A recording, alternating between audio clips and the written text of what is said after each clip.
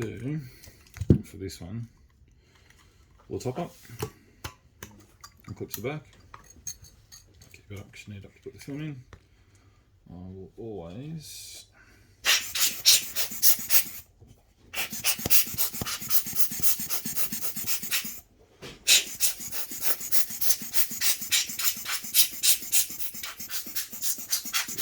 you don't know what's being caught in there. It's not going to sit. Different ways you can do it. See, a lot of people these days will clip it in, pull it back and drop it in. I'm not a fan of doing that. I never have been. Always done it old school way. So into there. Pull across. There's old film. See how creased it is.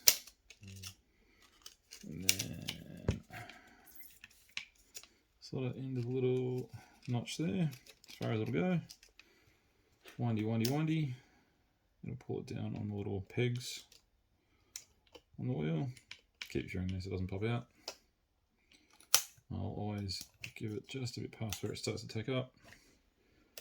Twist that till it clips back down. Give it one wind. Make sure it's all locked in. Close her up. Give it a wind. Make sure that good to go.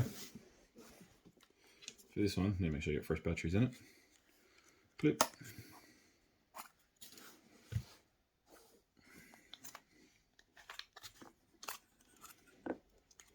So this one is even easier. It's got a little indicator in there, film. So this is on the other side. So same sort of thing. Lay down a little notch in there. That's all spring loaded. Actually just wiggle it into the slots. Actually didn't do.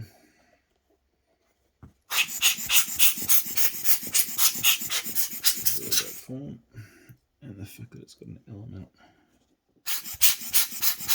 at the back here that I've just put my finger on. Clean cloth go. I'll give that a clean before I put it in. Make sure there's no greasy fingerprints that are going to ruin all my negatives. Give it another blow. This is going to get off that cloth.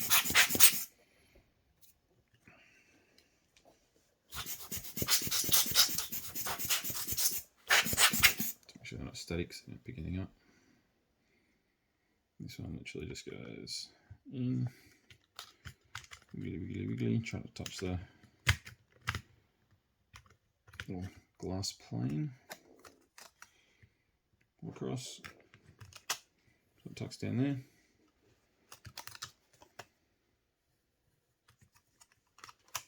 It tucks down and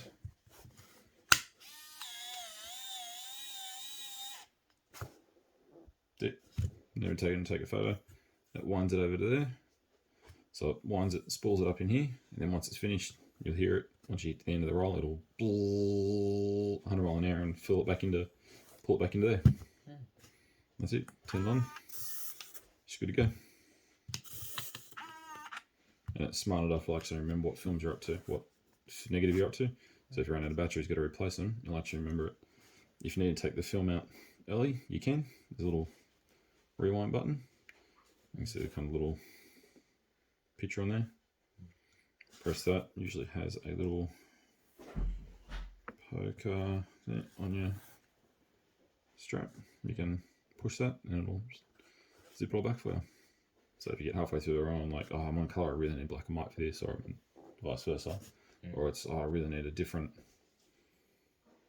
speed film. So I'll actually tell you there, it's got a little window so you can see what speed film and how many negatives you got. So, oh, it's really, it's overcast, need a faster film, or it's, too bright, need a slow, different film. Come in, zip back off, and off you go. And when you do it halfway, you can't use it again, can you? No, because once it unwinds, it doesn't unwind, leave that tail, it unwinds it completely. So once you're done, you're done. That's the perils of film photography.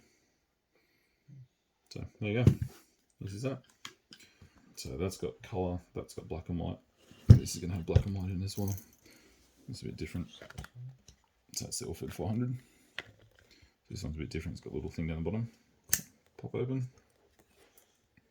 Same thing, you can pull this up so it's out of the way whilst you're loading your film. This one's got an extra little window to hold it all down.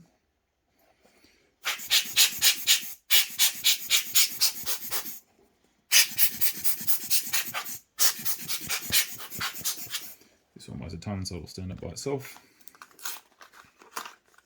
It even has a pretty little diagram to show you how the film goes. With this one, because it's got this extra little trapdoor, you have to feed it around. You have to clip it into the spool like I did on the Pentax. You literally feed it up to where that red line is, like it shows you in the picture.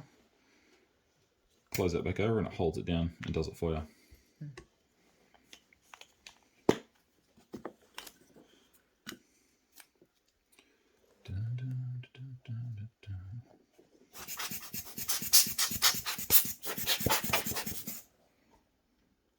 So same thing.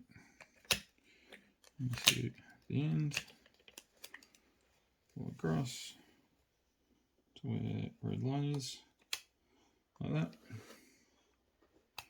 Just want it sitting on those pegs. That'll hold it in place. Clip in, turn it back, clip it down.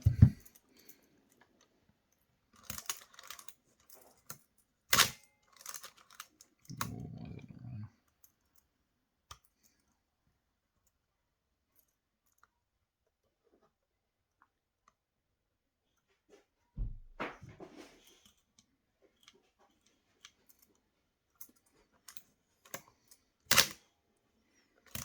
That's better.